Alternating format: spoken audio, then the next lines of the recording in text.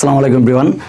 তো আজকে হচ্ছে আমরা নগ্নবীজি আবৃতবীজি অধ্যায়ের নগ্নবীজি টপিক্সটা বিস্তারিত আলোচনা করব। তো দেখো, সর্বপ্রথম আমি এখানে লিখে রাখছি কিছু কথাবার্তা, আমরা এই রিলেটেড আলোচনা মানে এই রিলেটেড পড়াশোনাগুলো করব। সর্বপ্রথম এই যে নগ্নবীজিকে ইংরেজিতে বলা হয় জিমনোস্পার্ম। দেখো, নগ্নবীজিকে কি বলা হয়? জিমনোস্পার্ম। নগ্নবীজি মানে হচ্ছে বীজ আছে, কিন্তু এই বীজটা কোন অবস্থায় আছে? নগ্ন অবস্থায়, নেকেড সিড। অনেকে মনে করে নগ্নবীজি বীজ নেই, কিন্তু নগ্নবীজিতে বীজ আছে, কিন্তু বীজটা কিভাবে থাকে? নগ্ন অবস্থায় থাকে।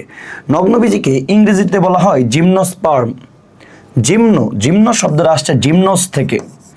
জিমনোস শব্দের অর্থ হচ্ছে নেকেড। আর স্পার্ম শব্দটা আসছে স্পার্মোস থেকে। স্পার্মোস মিন্স হচ্ছে বীজ। তাহলে জিমনোস্পার্ম মানে কি? নেকেড সিড মানে বীজ, বীজটা নগ্ন অবস্থায় আছে। এই যে জিমনোস্পার্ম বা নগ্নবীজি শব্দটা প্রথম ব্যবহার করেন, দেখো শব্দটা প্রথম ব্যবহার করেন, জিমনোস্পার্ম শব্দটা প্রথম ব্যবহার করেন যে বিজ্ঞানী, তার নাম হচ্ছে বিজ্ঞানী থিওফ্রাস্টাস। যে জিমনোস্পার্ম শব্দটা প্রথম ব্যবহার করেন কোন বিজ্ঞানী? থিওফ্রাস্টাস। এই যে থিওফ্রাস্টাসের আরেকটা পরিচয় আছে। থিওফ্রাস্টাস হচ্ছেন উদ্ভিদ বিজ্ঞানের জনক। যে থিওফ্রাস্টাস হচ্ছে উদ্ভিদ বিজ্ঞানের জনক। আর থিওফ্রাস্টাস তার যে বইটাতে এই ওয়ার্ডটা প্রথম ইউজ করছে, বইটার নাম হচ্ছে ইনকোয়ারি ইনটু প্ল্যান্টস।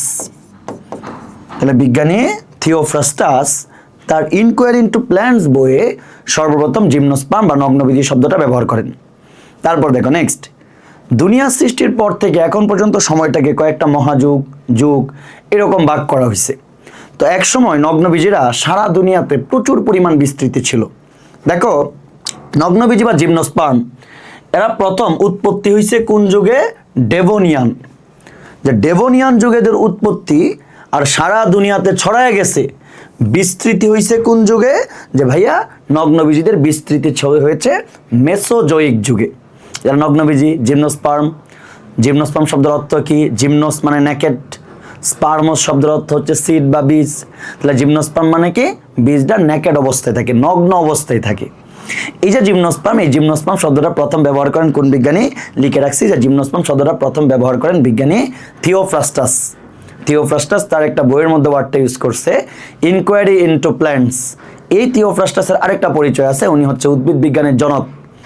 দেখো, নগ্নবীজিকে বাংলায় আরেকটা ওয়ার্ড ইউজ করে, এটাকে বলা হয় ব্যক্তবীজি।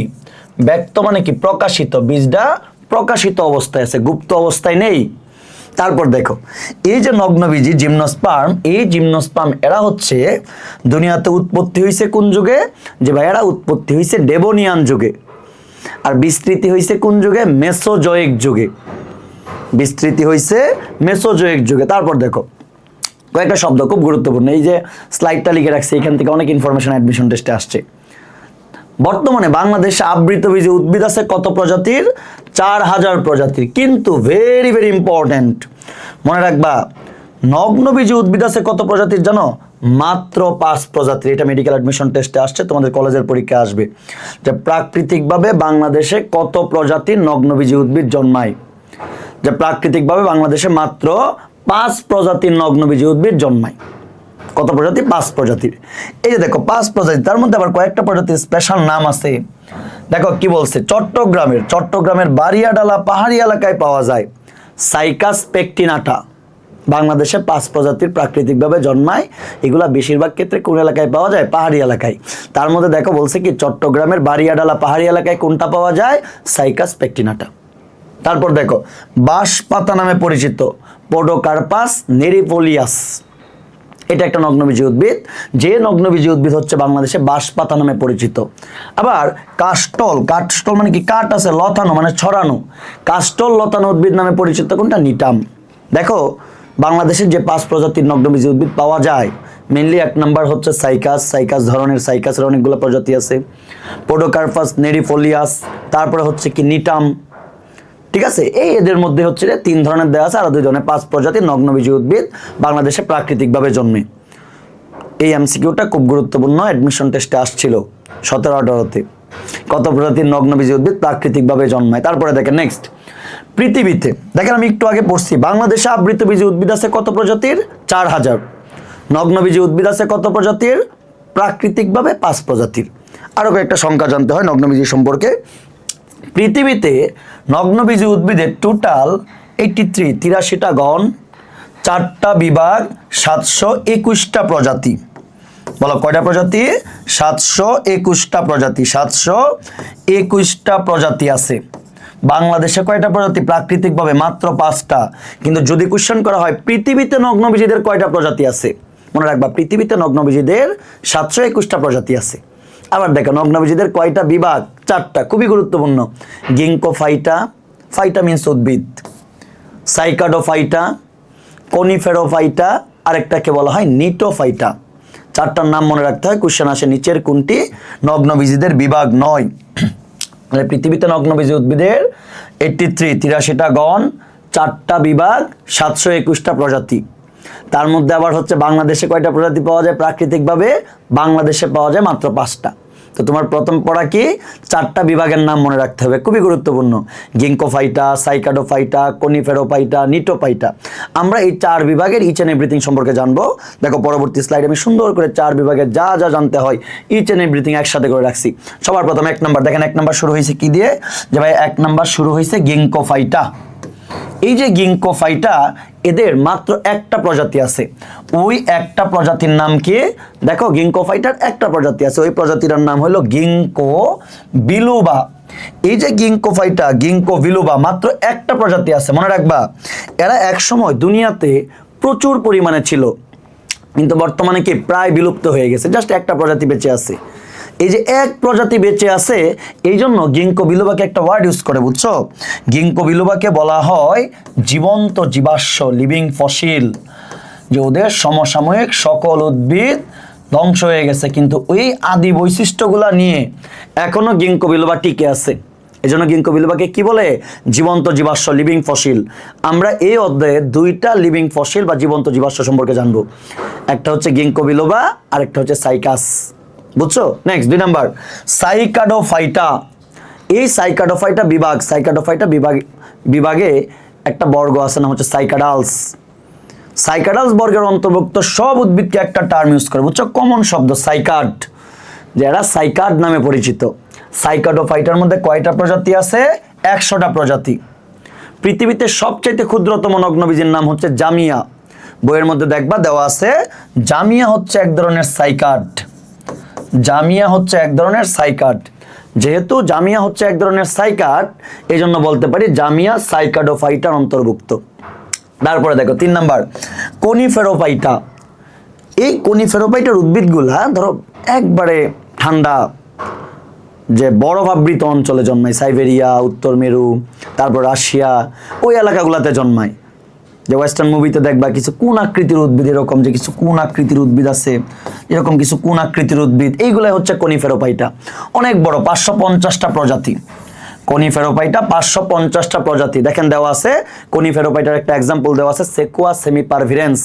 মনে রাখবা এই সেকুয়া সেমিপারভিরেন্স হচ্ছে বৃহত্তম উদ্ভিদ।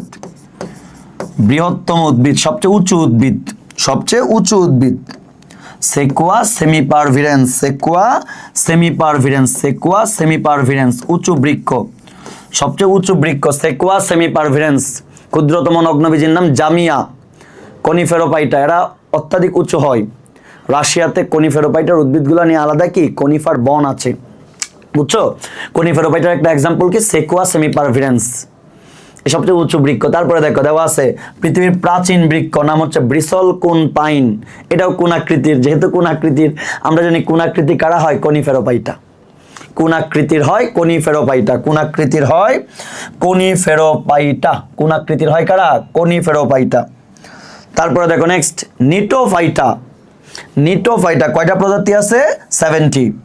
এই নিটোফাইটা এরা হালকা উন্নত। দেখো আমরা জানি যে আমরা যদি দেখি সবচেয়ে অনুন্নত উদ্ভিদ কি? শৈবাল। শৈবাল থেকে একটু উন্নত কে? ছত্রাক। ছত্রাক থেকে একটু উন্নত কে? মশ।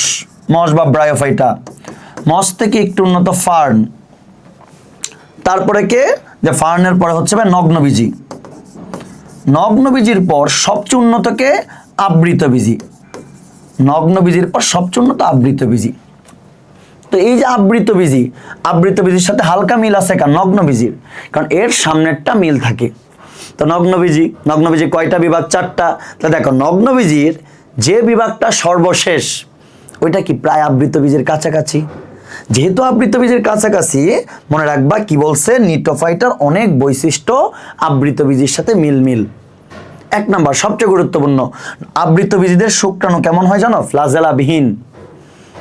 আচ্ছা ভাইয়া দেখেন, শুক্রাণু যদি ফ্লাজেলা যুক্ত হয়, মনে রাখবা শুক্রাণু যদি ফ্লাজেলা যুক্ত হয় এটা একটা অনুন্নত বৈশিষ্ট্য, ফ্লাজেলার মাধ্যমে মুভ করে।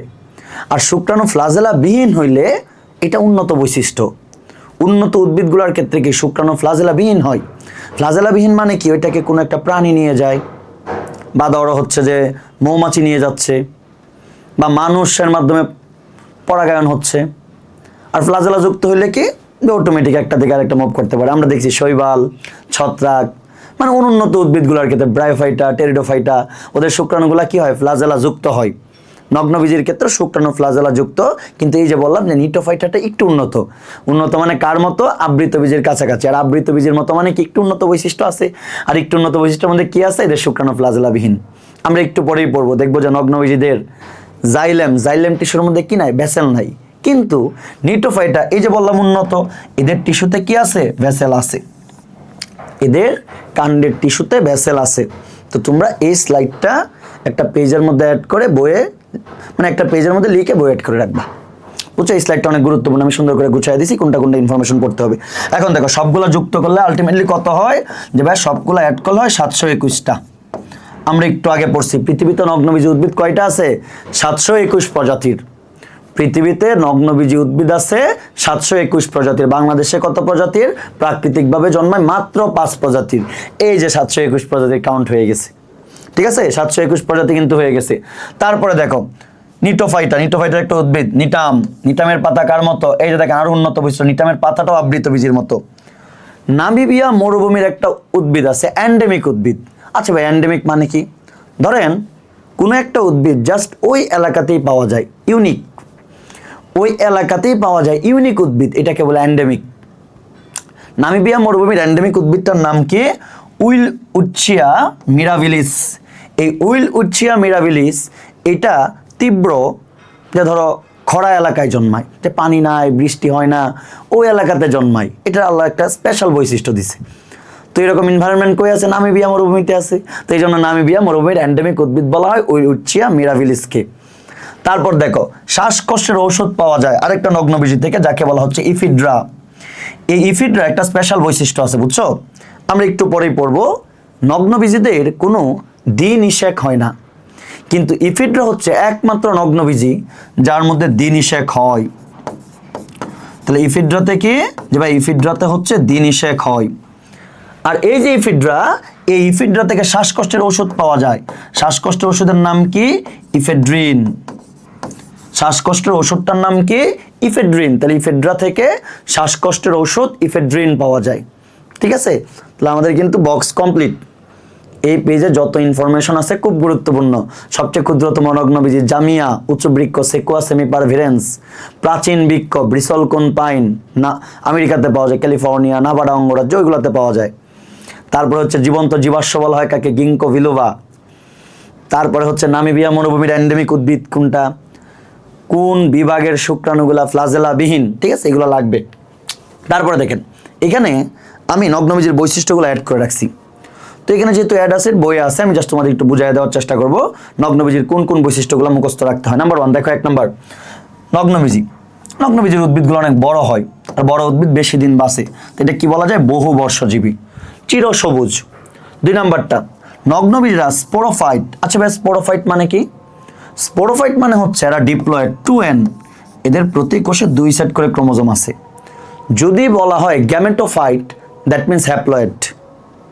আর যদি বলা হয় স্পোরোফাইট মানে কি ডিপ্লয়েড। নগ্নবীজিরা স্পোরোফাইট, আবৃতবীজিরা স্পোরোফাইট। আবার আগের একটু উদ্ভিদ নাম হলো টেরিডোফাইটা ফার্ন, ওরাও স্পোরোফাইট। স্পোরোফাইট দেখো, এই যে স্পোরোফাইট, স্পোরোফাইট মানে কি? স্পোর তৈরি হয়। স্পোরকে বাংলায় কি বলে? রেণু। এদের দুই ধরনের রেণু তৈরি হয়, বুঝছো? এদের দুই ধরনের রেণু তৈরি হয়। কি কি ভাইয়া? নাম্বার ওয়ান, এক নাম্বার প্রথম যে রেণু, এটাকে বলে মেগাস্পোর। মেগাস্পোর, মেগা মানে কি? বড়। বড় কি হয়? স্ত্রী রেণু।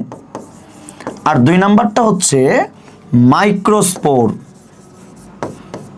মাইক্রোস্পোর, মাইক্রোস্পোরকে কি বলে? যে ভাই মাইক্রোস্পোরকে বলা হয়, মাইক্রোস্পোরকে বলা হয় পুং রেণু। তাহলে মেগাস্পোর স্ত্রী রেণু, মাইক্রোস্পোর পুং রেণু। দেখো তো রেণু দুইটা কি সমান না অসমান? যে ভাই সমান না, বলাই হচ্ছে মেগা, মেগা মানে বড়। আরেকটা কি? মাইক্রো, মাইক্রো মানে কি? ছোট।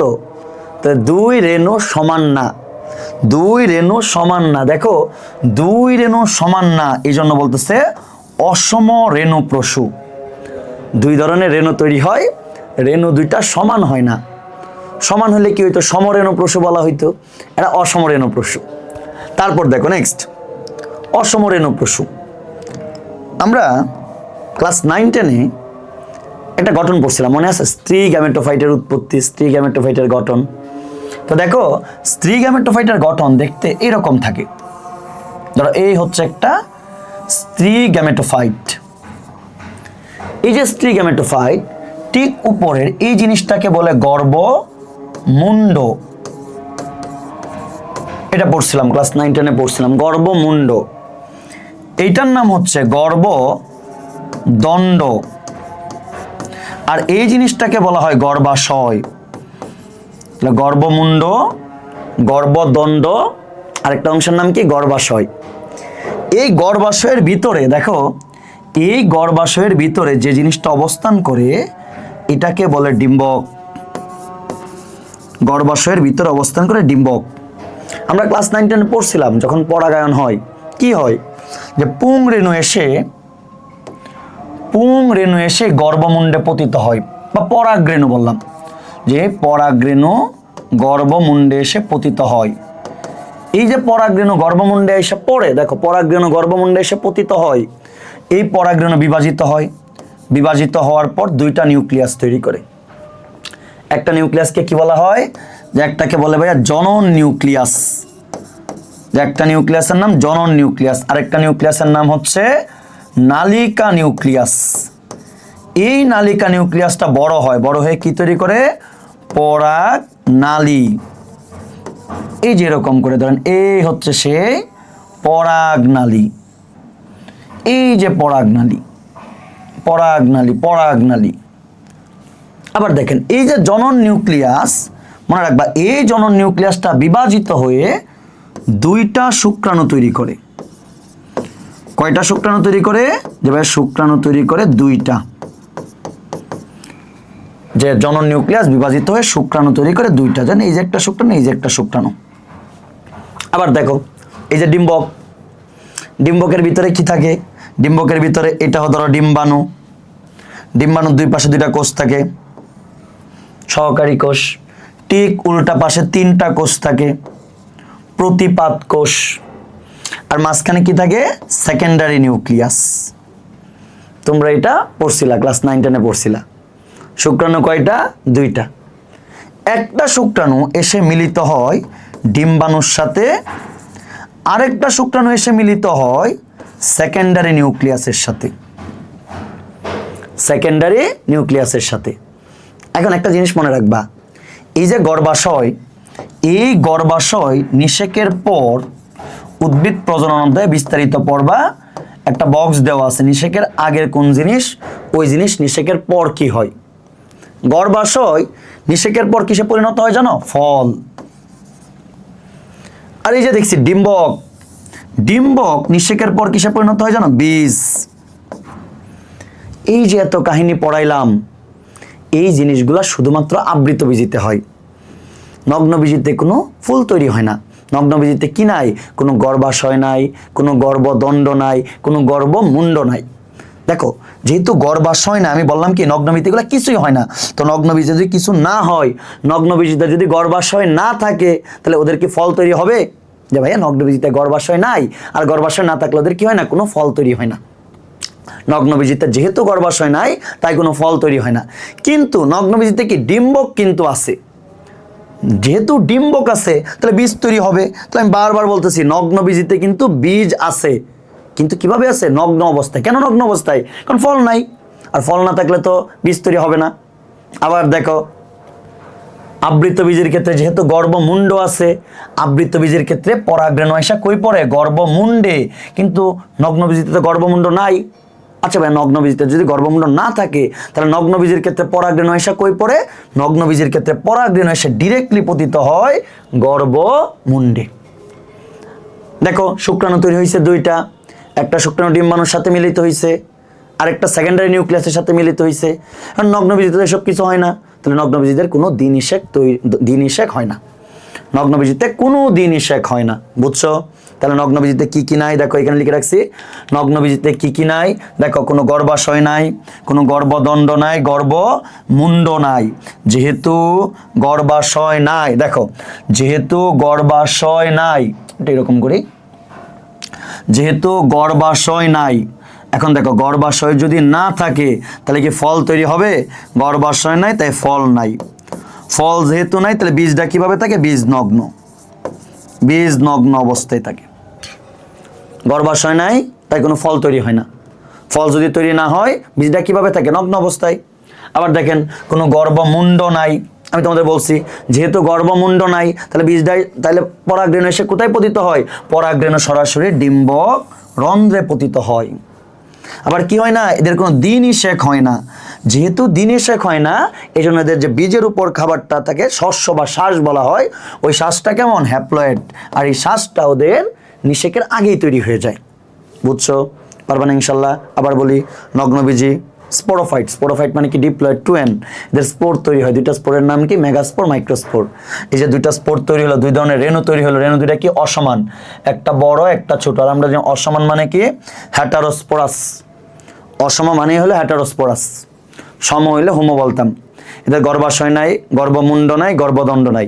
যেহেতু গর্ভাশয় নাই, আমরা একটু আগে পড়ছি গর্ভাশয়টা নিষেকের পর ফল হয়, তাই এদের কোনো ফল তৈরি হয় না। গর্ভমুণ্ড নাই, যেহেতু গর্ভমুণ্ড নাই তাহলে পরাগরেণুটা সরাসরি এসে কই পড়ে? ডিম্বক রন্ধ্রে। এদের কোনো দিনিশেক হয় না। দিনিশেক হয় না দ্যাট মিনস কি? শ্বাসটা হচ্ছে হ্যাপ্লয়েড। তারপরে দেখেন, আমরা জানি, দেখো আমাদের দেহে পুষ্টি পদার্থ পরিবাহিত হয়, প্রাণীর দেহে পুষ্টি পদার্থ পরিবাহিত হয় কিসের মাধ্যমে? ব্লাড। এই যে ব্লাড পরিবহন হয় যে নালীর মাধ্যমে, তাদেরকে বলে ব্লাড ভেসেল, রক্তনালী। উদ্ভিদের তো রক্তনালী নাই। উদ্ভিদের কি আছে জানো? উদ্ভিদের আছে হচ্ছে ভাস্কুলার বান্ডেল। যে ভাইয়া উদ্ভিদের আছে হচ্ছে ভাস্কুলার বান্ডেল। এই যে ভাস্কুলার বান্ডেল দেখেন, এই ভাস্কুলার বান্ডেল দুইটা জিনিস মিলে তৈরি করে। ভাস্কুলার বান্ডেল দুইটা জিনিস মিলে তৈরি করে। এক নাম্বার জাইলেম, দুই নাম্বার কি? ফ্লুয়েম। Xylem phloem. তাহলে ভাস্কুলার বান্ডেল কয়টা জিনিস মিলে তৈরি? দুইটা, জাইলেম ফ্লুয়েম। তোমাদের পড়াইছিলাম, মনে আছে কিনা? যাদের ভাস্কুলার বান্ডেল নাই ওদেরকে আবার একটা ওয়ার্ড শিখিয়ে দিয়েছিলাম না? যাদের ভাস্কুলার বান্ডেল নাই ওদেরকে কি বলা হয়? অ্যাভাস্কুলার। অ্যাভাস্কুলার কে কে? তিনজন, শৈবাল, ছত্রাক, মশ। নগ্নবীজিতে কি ভাস্কুলার বান্ডেল আছে? শৈবাল, ছত্রাক, মশ, এরা তিনজন অ্যাভাস্কুলার। একটা ওয়ার্ড শিখিয়ে দিয়েছিলাম, শৈচম, এরকম করে মনে রাখবা। এই যে জাইলেমের আবার চারটা অংশ। Tracheid, number 1 tracheid, number 2 vessel, number 3 হচ্ছে xylem fibre. Tracheid, vessel, xylem fibre. Number 4 xylem parenchyma. দেখো ফ্লুয়েমের অংশ কয়টা? চারটা। আমরা জানি ফ্লুয়েমের অংশ চারটা। কি কি? 1 নাম্বার সিবনল, 2 নাম্বার সঙ্গী কোষ, সিবনল, সঙ্গী কোষ, ফ্লুয়েম ফাইবার, সিবনল, সঙ্গী কোষ, ফ্লোয়েম ফাইবার, ফ্লোয়েম প্যারেনকাইমা। দেখো সিবনল, সঙ্গী কোষ, ফ্লোয়েম ফাইবার, ফ্লোয়েম প্যারেনকাইমা। দেখো কমপ্লিট উন্নত ভাস্কুলার বান্ডেল থাকে শুধুমাত্র আবৃতবীজীদের ক্ষেত্রে। নগ্নবীজীদের ভাস্কুলার বান্ডেল আছে কিন্তু ইনকমপ্লিট। নগ্নবীজীদের জাইলেমে কি ভেসেল নাই, নগ্নবীজীদের জাইলেমে কি ভেসেল নাই, আর ফ্লোয়েমে কি সঙ্গী কোষ নাই। তো মনে রাখবা নগ্নবীজীদের জাইলেমে কি ভেসেল নাই, আর ফ্লোয়েমে কি নাই, সঙ্গী কোষ নাই।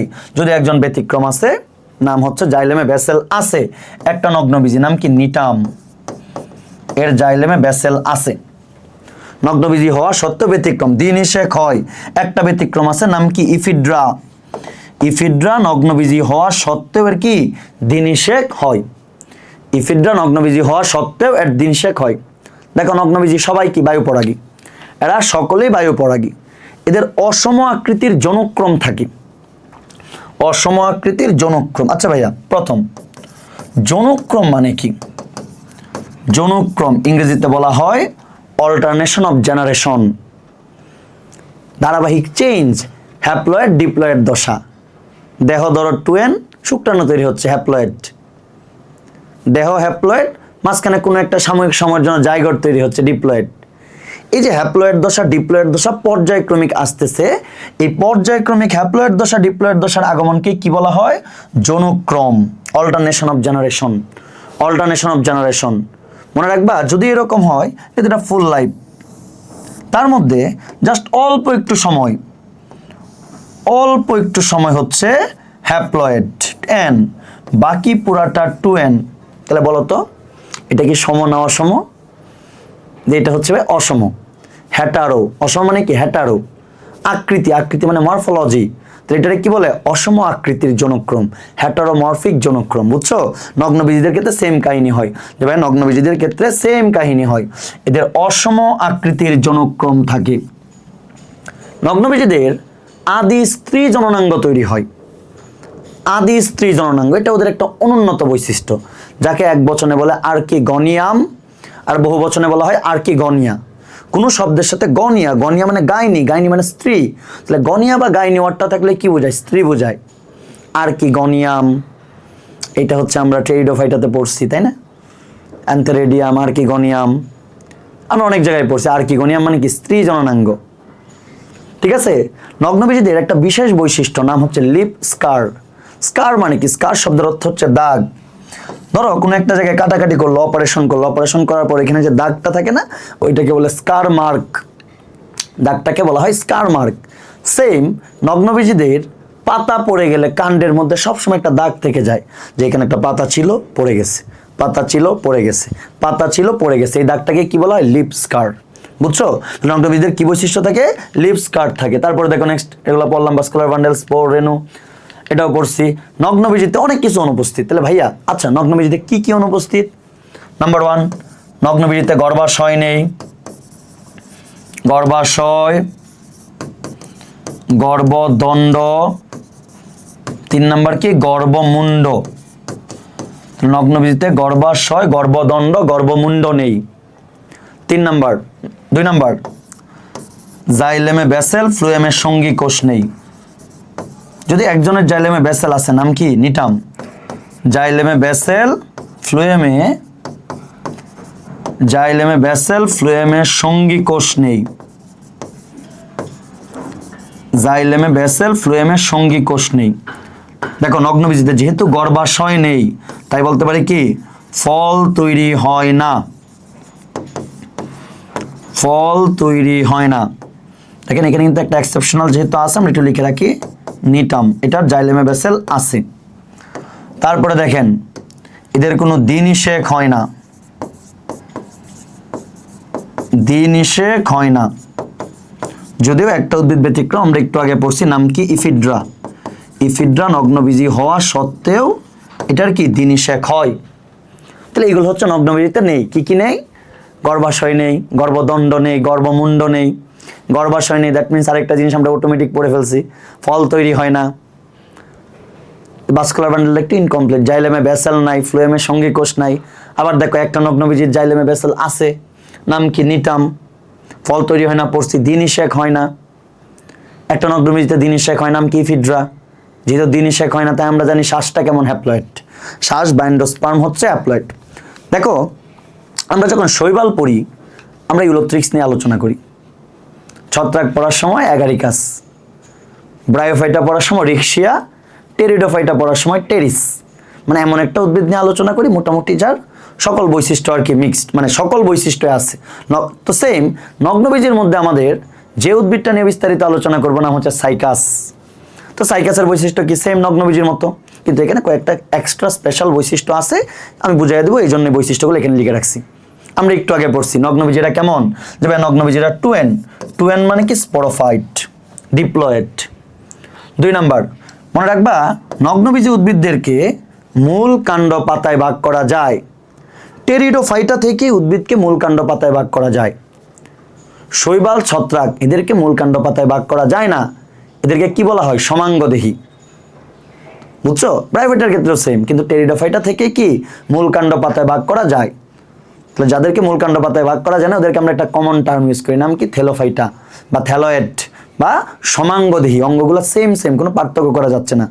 সাইকাসকে কি পার্থক্য করা যায় আমরা একটু পরেই বলবো। সাইকাসের মূল, সাইকাসের পাতা। তারপরে দেখেন নেক্সট, এই যে সাইকাস, সাইকাসের কাণ্ডটা খাড়া পাম জাতীয়। আচ্ছা ভাইয়া, এখানে পাম জাতীয় বলতে আসলে কি বোঝাচ্ছেন?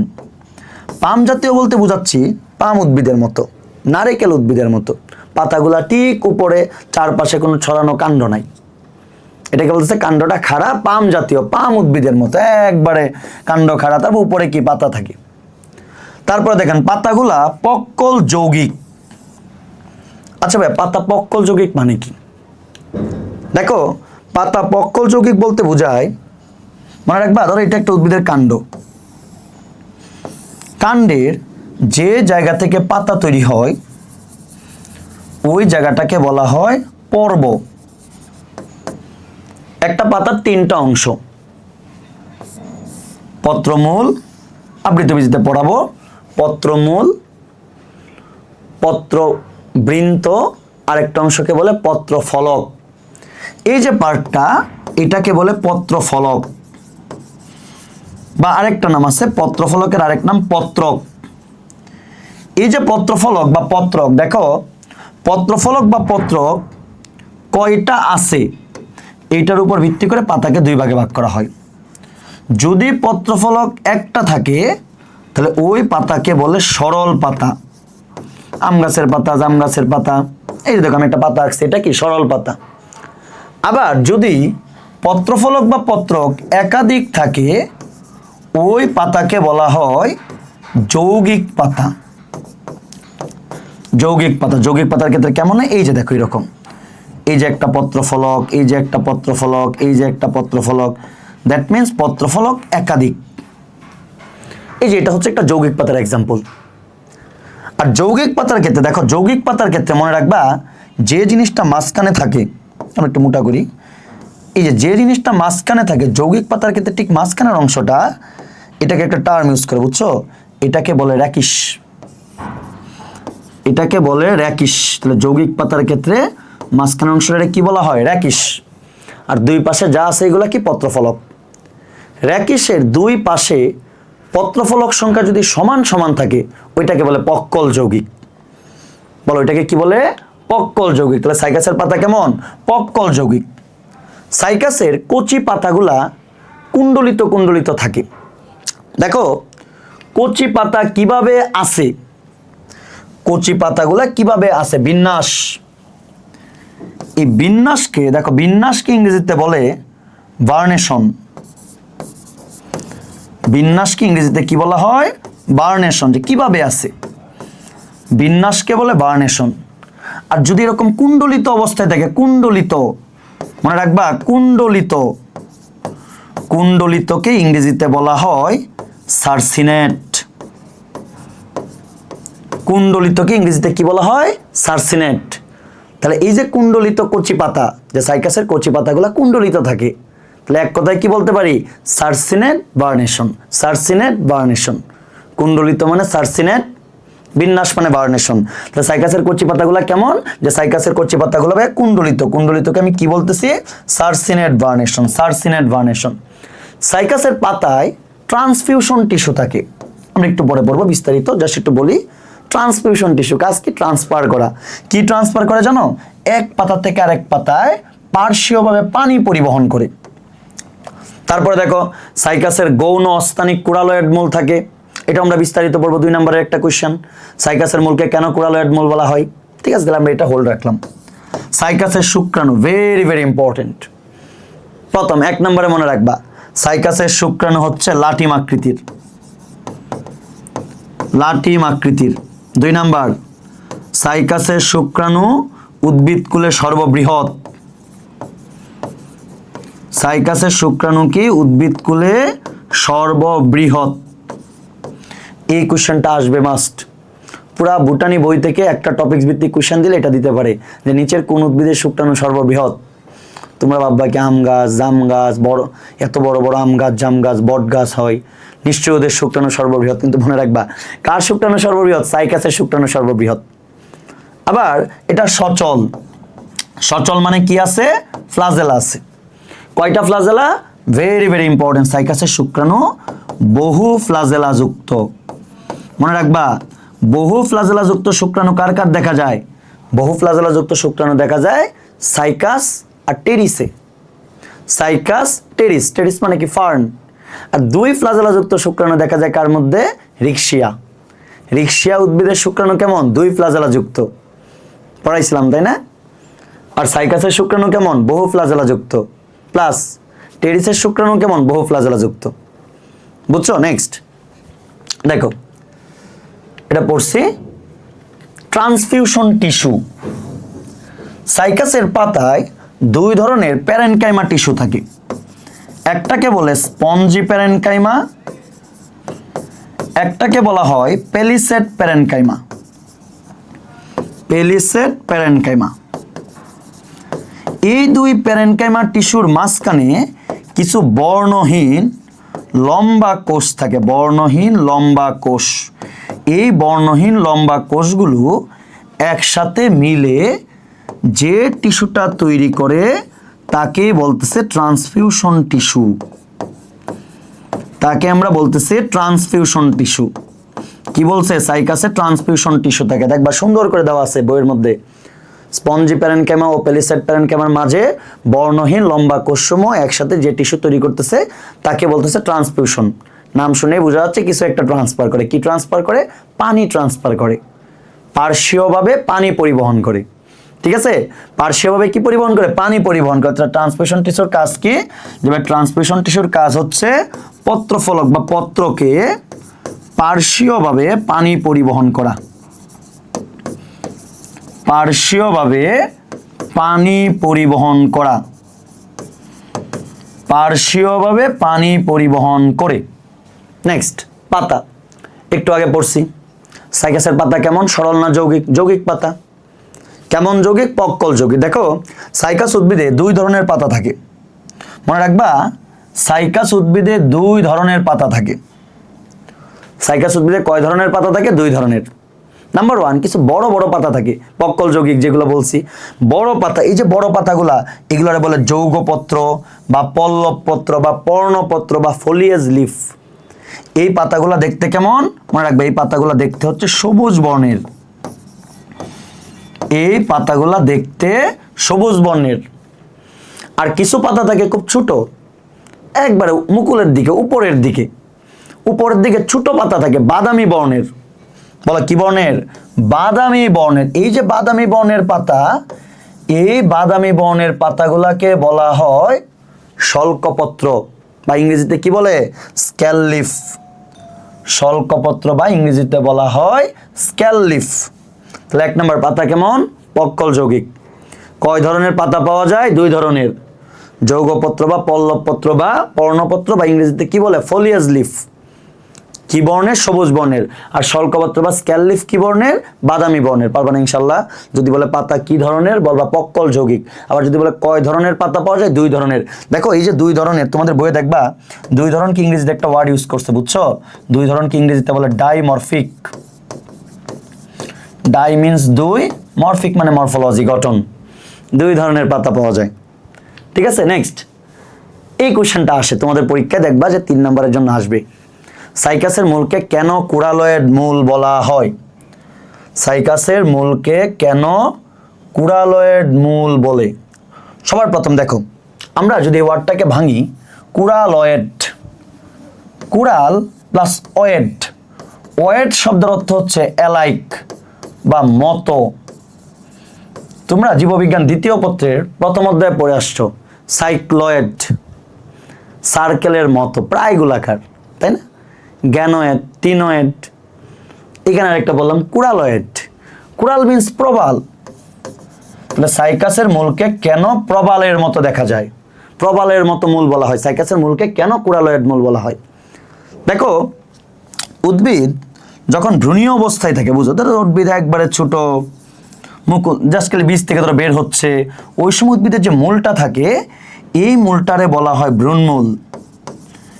এই ভ্রূণমূল পরবর্তীতে লম্বা হয়ে বড় হয়ে যে মূলটা তৈরি করে তাকেই বলে প্রধান মূল। তাহলে ভ্রূণমূল থেকে যে মূল তৈরি হয় তাকে কি বলা হয়? প্রধান মূল। ভ্রূণমূল থেকে যে মূল তৈরি হয় তাকে বলে প্রধান মূল। ভ্রূণমূল থেকে যে মূল তৈরি হয় তাকে বলে প্রধান মূল। সাইকাসের প্রথমে প্রধান মূল থাকে, কিন্তু এই প্রধান মূলটা কেমন জানো? প্রধান মূলটা স্বল্পস্থায়ী, কিছুদিন পর নষ্ট হয়ে যায়। নষ্ট হয়ে যাওয়ার পর ওইখানে আরেকটা নতুন মূল তৈরি হয়। দেখো, নতুন মূলটা কি প্রথমে তৈরি হয়েছে না পরে তৈরি হয়েছে? পরে তৈরি হয়েছে। পরে মানে কি, প্রাইমারি না সেকেন্ডারি? সেকেন্ডারি। সেকেন্ডারিকে বাংলায় বলা হয় গৌণ। আর পরবর্তীতে যে মূলটা তৈরি হয়, বুঝছো, পরবর্তীতে যে মূলটা তৈরি হয়, মূলটা দেখতে এইরকম, এই যে দেখো, এই যে এরকম, দেখো মূলটা কিন্তু এক স্থান থেকে তৈরি হয় না। আমরা জানি জীববিজ্ঞানে না, নাকে একটা ওয়ার্ড ইউজ করে, অ, এক স্থান থেকে না, এক স্থান থেকে না। তাহলে ওই মূলরে কি বলে জানো? ওই মূলকে বলে অস্থানিক মূল।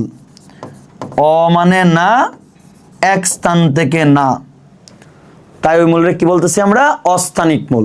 তাহলে সাইকাসের প্রথমে কোন মূল থাকে? সাইকাসের প্রথমে প্রধান মূল থাকে। প্রধান মূল কেমন? স্বল্পস্থায়ী। কিছুদিন পর প্রধান মূলটা কি হয়ে যায়? নষ্ট হয়ে যায়। ওইখানে আরেকটা নতুন মূল তৈরি হয়। কি বলছে? যেহেতু পরে তৈরি হয়েছে গৌণ আর এক স্থান থেকে তৈরি হয় না, তাই কি বলছে? গৌণ অস্থানিক মূল। এই গৌণ অস্থানিক মূলটা দেখো, এই গৌণ অস্থানিক মূল কিছু মূল মাটির নিচে থাকবে, কিছু মাটির উপরে চলে আসবে। উপরে আইসা এরকম করে ভাগ হয়ে যায়। এই যে এরকম করে ভাগ হয়। এই যে ভাগ হইছে, কয়টা শাখা তৈরি করছে? দুইটা। দুই, দুইরে কি বলা হয়? দ্যাগ্র। যে ভাইয়া দুইকে বলা হচ্ছে দ্যাগ্র, দুইকে বলা হচ্ছে দ্যাগ্র, দুইকে বলা হচ্ছে দ্যাগ্র। তাহলে আমরা বলতে পারি কি, সাইকাসের প্রথমে প্রধান মূল থাকে স্বল্পস্থায়ী, কিছুদিন পর প্রধান মূল নষ্ট হয়ে গেছে, ওইখানে কি গৌণ অস্থানিক মূল তৈরি করছে। কিছু মূল মাটির নিচে বাড়ে, কিছু মূল মাটির উপরে চলে আসে। উপরে চলে আসে কি তৈরি করে? ভেরি ভেরি ইম্পর্টেন্ট, দেখেন মাত্র বললাম, উপরে চলে এসে দ্যাগ্র শাখা তৈরি করে। আর এই যে দ্যাগ্র শাখাগুলো তৈরি করলো, এই যে মূলগুলা তৈরি হইলো, এই মূলগুলোর মধ্যে ব্যাকটেরিয়া, সায়ানোব্যাকটেরিয়া ওরা আক্রমণ করে। ব্যাকটেরিয়া, সায়ানোব্যাকটেরিয়া আক্রমণ করে। সায়ানোব্যাকটেরিয়া তোমাদের বইয়ে দেখবা দুইটা সায়ানোব্যাকটেরিয়ার নাম দিয়ে দিছে, একটার নাম হচ্ছে নস্টক, আরেকটার নাম হচ্ছে অ্যানাভাইনা, অ্যানাভিয়ানা। নস্টক, অ্যানাভিয়ানা ওরা আক্রমণ করে। আক্রমণ করার পর মূলটা কি বিকৃত রূপ ধারণ করে, মানে খেয়ে ফেলছে এরকম বিকৃত রূপ ধারণ করে, যাকে কি বলা হচ্ছে? প্রবালের মতো, সামুদ্রিক প্রবালের মতো বা কুড়ালের মতো আকৃতি ধারণ করে। এই যে সামুদ্রিক কুড়াল বা প্রবালের মতো আকৃতি ধারণ করলো, এই সামুদ্রিক কুড়াল বা প্রবালের মতো আকৃতি ধারণ করে বলেই সাইকাসের মূলকে কি বলা হয়? যে ভাই কুরালয়েড মূল। কুরালয়েড মূলকে আরেকটা ওয়ার্ড ইউজ করে, বুঝছো, সাইকাসের মূলকে কুরালয়েড মূল বলা হয়, বা ইংরেজিতে আরেকটা শব্দ ইউজ করে, root tubercle. Root tubercle, root tubercle. এখন দেখো, এই যে সাইকাস, সাইকাসের মূলের, মনে রাখবা, সাইকাসের মূলের গঠনে, সাইকাসের মূলের গঠনে যে জায়গায় নস্টক, অ্যানাভায়ানা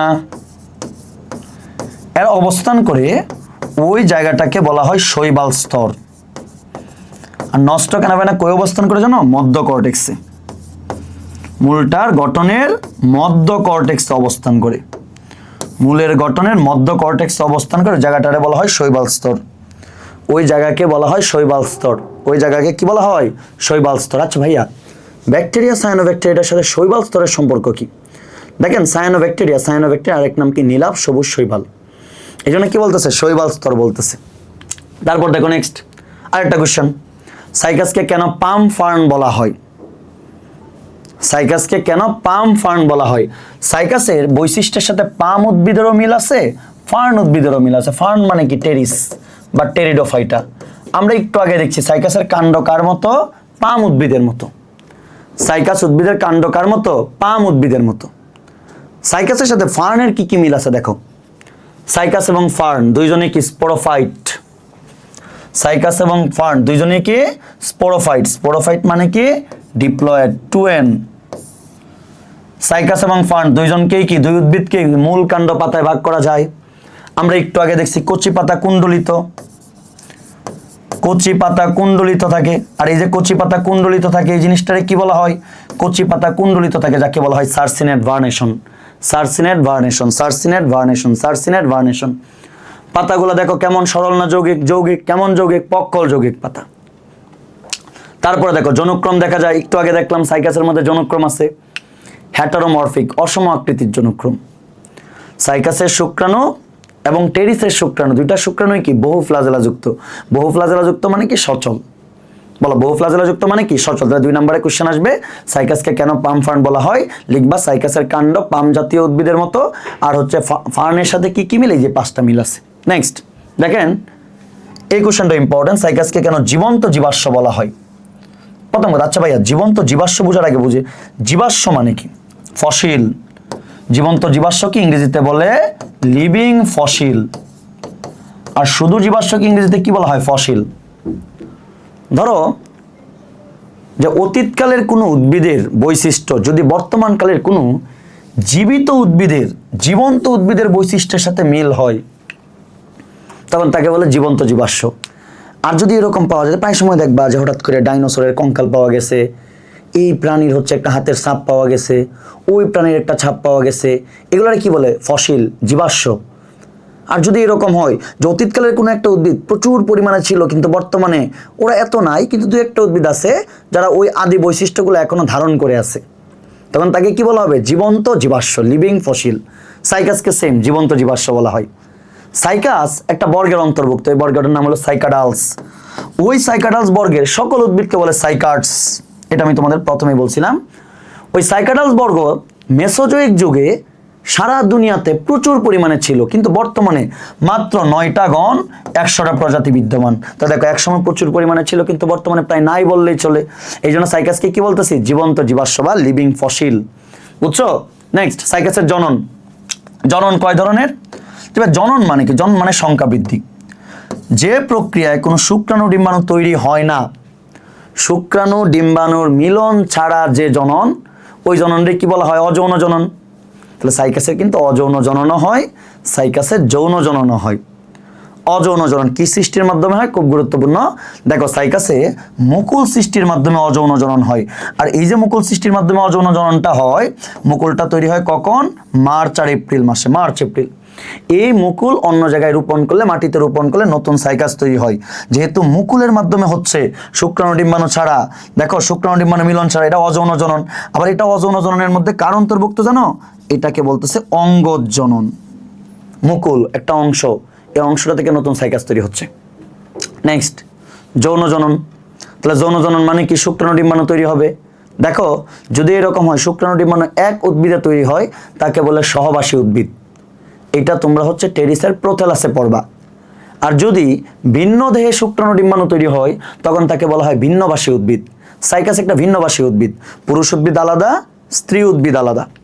পুরুষ উদ্ভিদ আলাদা, স্ত্রী উদ্ভিদ আলাদা। দেখেন পুরুষ উদ্ভিদ আলাদা, স্ত্রী উদ্ভিদ আলাদা। পুরুষ উদ্ভিদ, পুরুষ উদ্ভিদে কি তৈরি হবে?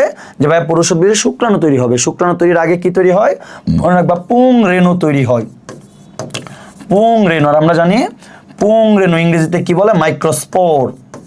তাহলে এই যে মাইক্রোস্পোর তৈরি হয়, মাইক্রোস্পোর তৈরি হয়, মাইক্রোস্পোর তৈরি হয় যে অংশ থেকে, যে পার্ট থেকে, ওইটাকে বলে মাইক্রোস্পোরোফিল। বলো নাম কি? মাইক্রোস্পোরোফিল। তাহলে সাইকাসের কি থাকে? মাইক্রোস্পোরোফিল থাকে। লাইক এরকম মেয়েরা মাথায় দেখবা টিপ দেয়, তাই না? এটা একটা প্রথম একটা পাতার মধ্যে থাকে, যে পাতার মধ্যে অনেকগুলো টিপ থাকতেছে। তো সেই মাইক্রোস্পোর তৈরি হয় যে অঙ্গ থেকে বা যে জায়গাটা থেকে, এটা বলে মাইক্রোস্পোরোফিল। মাইক্রোস্পোরোফিলকে এক কথায় কি বলে জানো? পুংরেণুপত্র। এখন এই যে মাইক্রোস্পোরোফিল, দেখো ভেরি ভেরি ইম্পর্টেন্ট, মাইক্রোস্পোরোফিল কিন্তু একটা একটা থাকে না, অনেকগুলো মাইক্রোস্পোরোফিল একসাথে মিলে একটা গঠন তৈরি করে, যাকে বলে পুংস্ট্রোবিলাস। এই পুংস্ট্রোবিলাস সম্পর্কে একটা ইনফরমেশন মনে রাখবা, পুংস্ট্রোবিলাস দেখতে মোচা আকৃতির, এইরকম কলার থোর বা মোচার মতো, এই যে একটা পুংস্ট্রোবিলাস। এই যে পুংস্ট্রোবিলাস, এই পুংস্ট্রোবিলাসের ভিতরে এই যে গঠনগুলো, এই গঠনগুলো হচ্ছে এক একটা মাইক্রোস্পোরোফিল, পুংরেণুপত্র। তাহলে এই পুরা জিনিসটার নাম কি? পুংস্ট্রোবিলাস। যে ভাই পুরা জিনিসটার নাম হচ্ছে পুংস্ট্রোবিলাস। এই পুংস্ট্রোবিলাসের ভিতরে থাকা এক একটার নাম কি? এক একটার নাম হচ্ছে ভাই মাইক্রোস্পোরোফিল বা পুংরেণুপত্র। এরকম মাইক্রোস্পোরোফিল, এটার উপরে একটা পাতার মতো অংশ থাকে যেটাকে আবার বলা হয় অ্যাপোফাইসিস। তারপরে ধরো এই যে এরকম করে থাকে, এই যে মাইক্রোস্পোরোফিল, এই মাইক্রোস্পোরোফিলের ভিতরে আবার কি থাকে জানো? স্পোরাঞ্জিয়াম। আবার স্পোরাঞ্জিয়াম কিন্তু একটা থাকে না, অনেকগুলো স্পোরাঞ্জিয়াম একসাথে গুচ্ছ করে থাকে। ওই স্পোরাঞ্জিয়ামের গুচ্ছকে আবার কি বলা হয়? সোরাস। স্পোরাঞ্জিয়ামের গুচ্ছকে বলে সোরাস। তো এটা কিসের ছবি আঁকলাম? একটা মাইক্রোস্পোরোফিল, মাইক্রোস্পোরোফিল। আর ওই মাইক্রোস্পোরোফিলের উপরে যে মাথার মতো অংশ, এটার নাম কি? এটাকে বলে অ্যাপোফাইসিস। এটাকে বলে অ্যাপোফাইসিস, অ্যাপোফাইসিস, অ্যাপোফাইসিস। তাহলে দেখো পুরুষ উদ্ভিদ, প্রথম পুরুষ উদ্ভিদে 1 নম্বর কি তৈরি হয়? পুংরেণু বা মাইক্রোস্পোর তৈরি হয়। মাইক্রোস্পোর তৈরি হয় যে অঙ্গ থেকে, নাম কি? মাইক্রোস্পোরোফিল বা পুংরেণুপত্র। এখন পুংরেণুপত্রকে একলা থাকে না, পুংরেণুপত্রগুলো অনেকগুলো একসাথে মিলে থাকে। এই যে অনেকগুলো পুংরেণুপত্র একসাথে মিক্সড হয়ে আছে, এটার নাম কি? পুংস্ট্রোবিলাস। এখন দেখো এই যে মাইক্রোস্পোরোফিল, তাহলে মাইক্রোস্পোরোফিলের মধ্যে চূড়ার মতো অংশটার নাম কি? অ্যাপোফাইসিস। মাইক্রোস্পোরোফিলের চূড়ার মতো অংশটার নাম হচ্ছে অ্যাপোফাইসিস। দেখো এই যে মাইক্রোস্পোরোফিল, এই মাইক্রোস্পোরোফিলের মধ্যে আবার কি থাকে? স্পোরাঞ্জিয়াম। স্পোরাঞ্জিয়াম, তোমাদের আরেকটা জিনিস পড়াইলাম, স্পোরাঞ্জিয়াম কিন্তু কি না, কখনো সিঙ্গেল থাকে না। স্পোরাঞ্জিয়ামগুলো কি করে থাকে? গুচ্ছ করে থাকে। স্পোরাঞ্জিয়ামের গুচ্ছকে আবার আরেকটা শব্দ বলে, কি বলে? সোরাস। স্পোরাঞ্জিয়ামের গুচ্ছকে বলে সোরাস। এখন আসো আমরা মাইক্রোস্পোরোফিল, স্পোরাঞ্জিয়াম। এই স্পোরাঞ্জিয়ামের মধ্যে থাকে কি জানো? পুংরেণু মাতৃকোষ। পুংরেণু মাতৃকোষ। পুংরেণু মাতৃকোষগুলো কেমন? ডিপ্লয়েড। ডিপ্লয়েড মানে কি? 2n। এই পুংরেণু মাতৃকোষের মধ্যে কোন কোষ বিভাজন হয় জানো? মায়োসিস। পুংরেণু মাতৃকোষের মায়োসিস প্রক্রিয়ায় যে জিনিসটা তৈরি করে তাকে বলে পুংরেণু। যেহেতু মায়োসিস হয়েছে, দ্যাট মিনস হ্যাপ্লয়েড। আর এই পুংরেণুটা বড় হয়ে তৈরি করে শুক্রাণু। তাহলে এইরকম ভাবে সাইকাসে পুরুষ উদ্ভিদে শুক্রাণু তৈরি হয়। সবার প্রথম পুংস্ট্রোবিলাস। পুংস্ট্রোবিলাস কি আকৃতির? মনে রাখবা, পুংস্ট্রোবিলাস হচ্ছে মোচা আকৃতির। পুংস্ট্রোবিলাসের মধ্যে কি থাকে? মাইক্রোস্পোরোফিল বা বাংলায় কি বলে? পুংরেণুপত্র। পুংরেণুপত্রের মধ্যে কি থাকে? স্পোরাঞ্জিয়াম। স্পোরাঞ্জিয়ামের গুচ্ছকে কি বলা হয়? সোরাস। স্পোরাঞ্জিয়ামের মধ্যে কি থাকে? পুংরেণু মাতৃকোষ। পুংরেণু মাতৃকোষ কেমন? ডিপ্লয়েড। কোন ধরনের কোষ বিভাজন? মায়োসিস। যে জিনিসটা তৈরি করে নাম কি? পুংরেণু। হ্যাপ্লয়েড। পুংরেণু বড় হয়ে কি তৈরি করে? শুক্রাণু। এখন আসো স্ত্রী উদ্ভিদ, যেহেতু আমরা বলছি এরা ভিন্নভাষী, তাহলে পুরুষ উদ্ভিদ আলাদা কাহিনী, স্ত্রী উদ্ভিদ আলাদা কাহিনী। দেখো এই যে স্ত্রী উদ্ভিদ, স্ত্রী উদ্ভিদে কি তৈরি হয়? যে ভাই স্ত্রী উদ্ভিদে হচ্ছে স্ত্রী রেণু তৈরি হয়। স্ত্রী রেণু, যাকে ইংরেজিতে কি বলা হচ্ছে? মেগাস্পোর। তাহলে এই যে ওদের মেগাস্পোর তৈরি হয়, তাহলে এদের প্রথম যে অঙ্গটার নাম, এটার নাম কি? মেগাস্পোরোফিল। আগেরটাতে ছিল মাইক্রোস্পোরোফিল, তাহলে এটাতে কি? মেগাস্পোরোফিল। মেগাস্পোরোফিলকে বড় করে বাংলায় কি বলে? স্ত্রী রেণুপত্র। মনে রাখবা, মাইক্রোস্পোরোফিল স্ট্রোবিলাস তৈরি করে, কিন্তু মেগাস্পোরোফিল কোনো স্ট্রোবিলাস তৈরি করে না। মেগাস্পোরোফিল তো এরকম থাকে।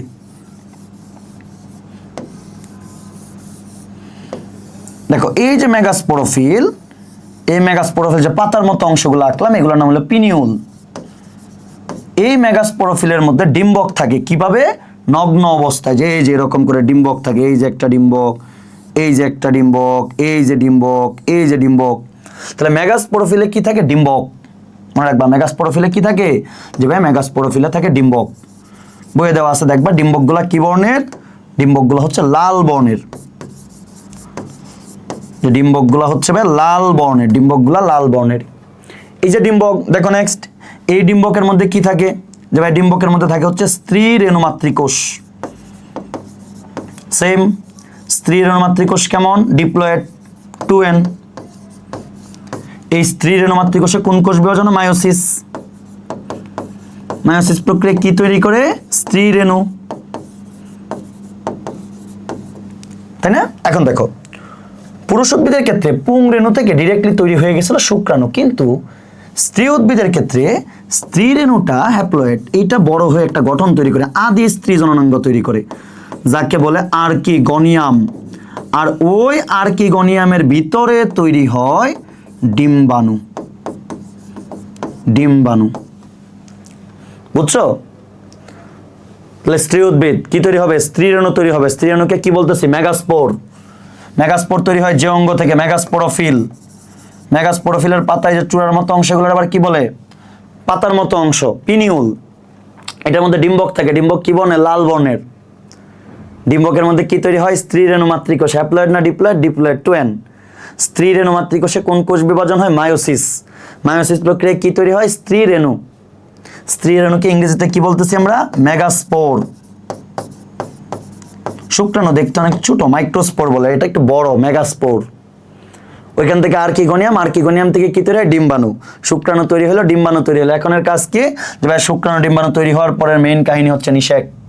তো নিষেক ওইরকম কিছু না, শুক্রাণু আর ডিম্বাণুর মিলন হয়। শুক্রাণু আর ডিম্বাণু মিলিত হয়, মিলিত হওয়ার পর যে জিনিসটা তৈরি করে তার নাম কি, জাইগোট।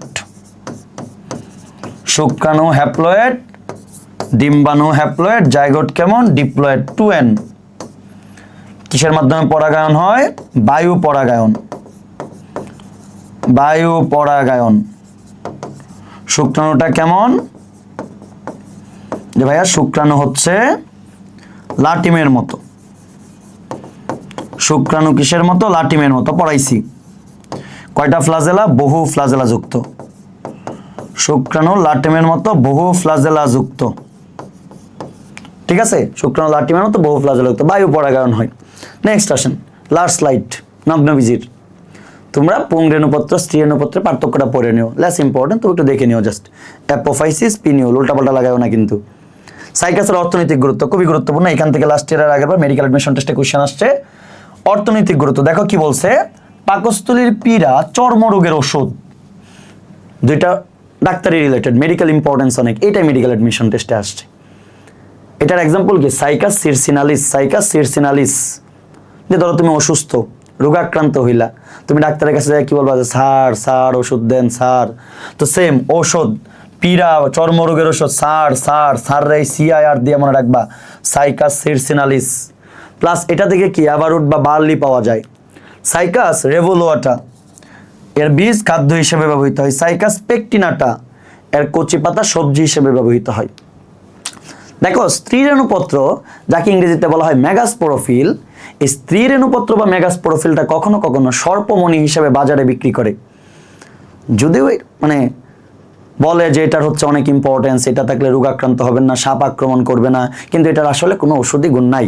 মেগাস্পোরোফিল কখনো কখনো সর্পমণি, ফনাতোলা সাপের মতো দেখা যায়, তো এই জন্য সর্পমণি হিসেবে বিক্রি হয়। তো নগ্নবীজি এতটুকু ইনশাল্লাহ, তো যতটুকু পড়াইছি মোটামুটি নগ্নবীজির মধ্যে টপিক্স ভিত্তিক এতটুকুই আছে। তোমরা চাইলে একটু বইটা একটু রিডিং দিতে পারো, বই রিডিং দিলে দেখবে যে খুচরা কিছু MCQ আছে হয়তো বা। আবৃত বীজ ইনশাল্লাহ আমরা ক্লাস নিয়ে আসবো সম্পূর্ণটা।